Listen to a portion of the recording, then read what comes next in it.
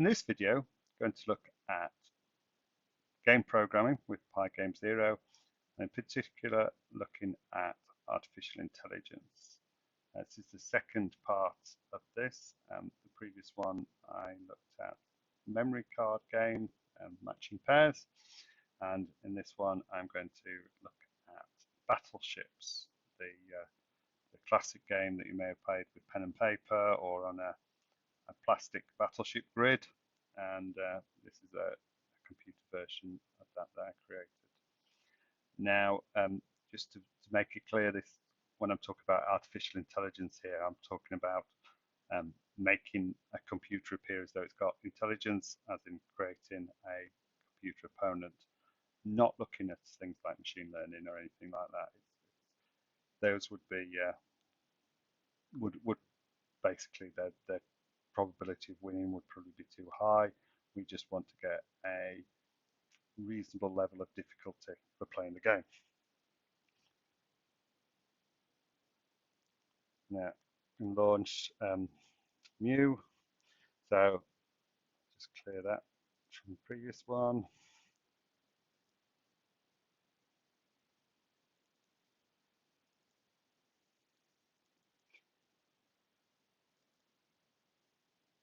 So this is the Battleship Game.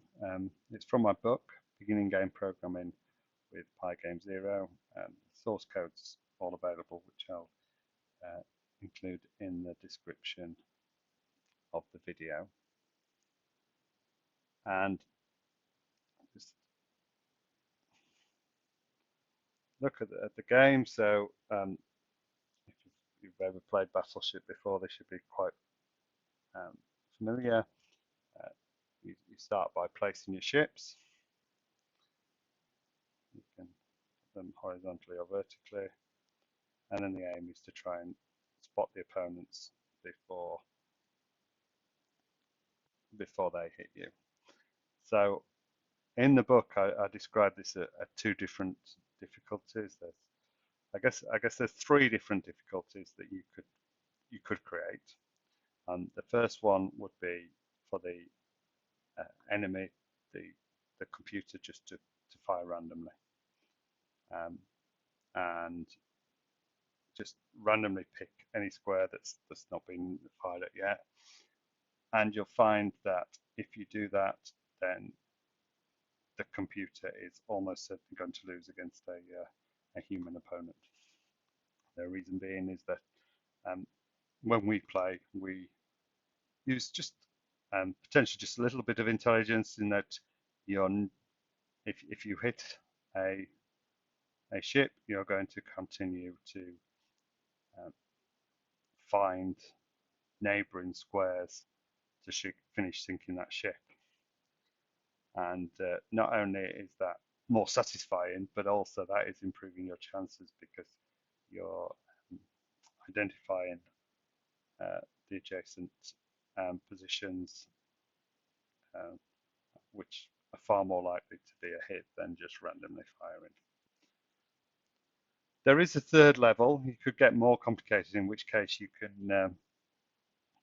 could analyze the probability of there being a ship of the remaining size in the available spaces, but that considered to be probably getting too difficult in that your chance of winning becomes fairly slim. So let's just play the game and see what happens. You see both of us, we're just firing randomly at the moment until we get our first hit. Now, by coincidence, we've both got a hit at the same time. I'm going to try continuing round. Looks like this one's vertical, as mine's horizontal. So they've managed, the computer has managed to sink my first ship. And now the computer's starting to hit random. I'm still going till I complete hitting that ship. Basically, we're using the same strategy, and just by luck, the computer's taken the lead, sunk my second ship. In fact,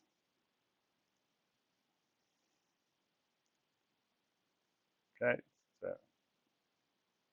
aha. It looked at first as though I'd got a two boat, a two position ship, but in fact, this looks like there's two ships next to each other because it hasn't shown me the ship. There's one of them. There's the other one. So both computer and myself have sent three ships. You can see this is so. But the computer has probably got the upper hand in that it hasn't the ones it's looking for are the bigger ships. So let's see. So although I'm source of random, I am looking to go for the big gaps, try and improve my chance of finding these ships. So now I've only got to find one with two, which could be just about anywhere on the board. It's really just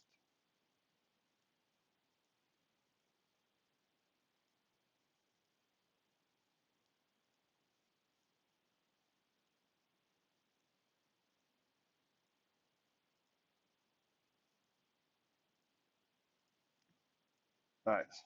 I managed to win. But as you can see, the game was quite close in that we were each of us um, hitting each of the ships. So if we look at the code for that,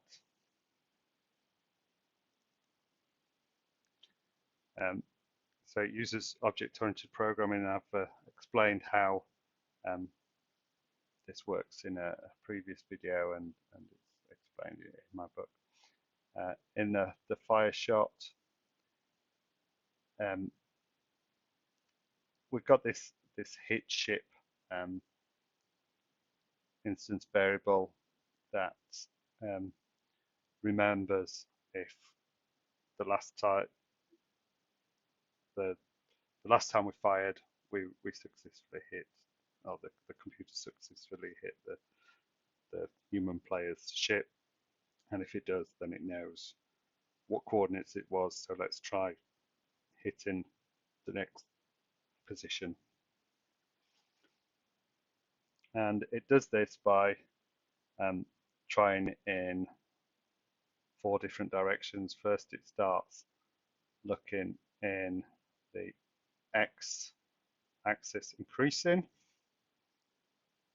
and if it reaches the end of that without either missing, so it's had its shot, um, or reaching the end of or after it reaches the end of that row, then it tries in the other direction, and then it tries vertically. And if there's a catch-all here, we shouldn't be reached, because if we've hit a ship, we should be able to find the next thing that it reaches. Just fires random, and really that's fairly similar to how we might play fire random and then start to look at sinking that ship that you've actually hit. Okay, so you can find all this source code, the links in the description. Hopefully it's given you a bit to think about how you might create an artificial intelligence player in games programming. Explained in more detail in the book if you'd like to buy that. Not, then carry on watching my videos. Subscribe to my channel, Penguin Tutor, and leave any comments below the video. Thank you.